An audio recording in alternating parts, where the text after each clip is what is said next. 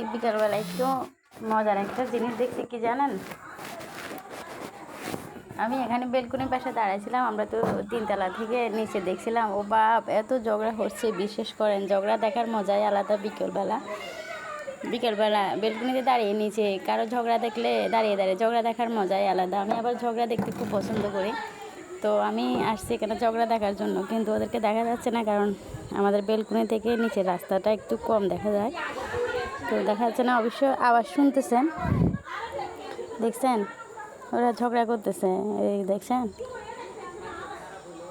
দেখছেন একটু করে দেখাচ্ছি। আবার বেশি ভিডিও করলে মানুষ দেখে যাবে, আমাদেরকে বকা দেবে, বুঝছেন।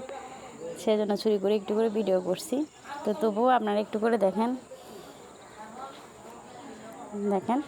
ওরা হাজব্যান্ড ওয়াইফ ঝগড়া করতেছে, দেখছেন।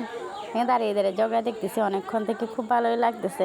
আমার থেকে ঝগড়া দেখতে আসলেই খুব পছন্দ, খুব ভালোই লাগে আমার ঝগড়া।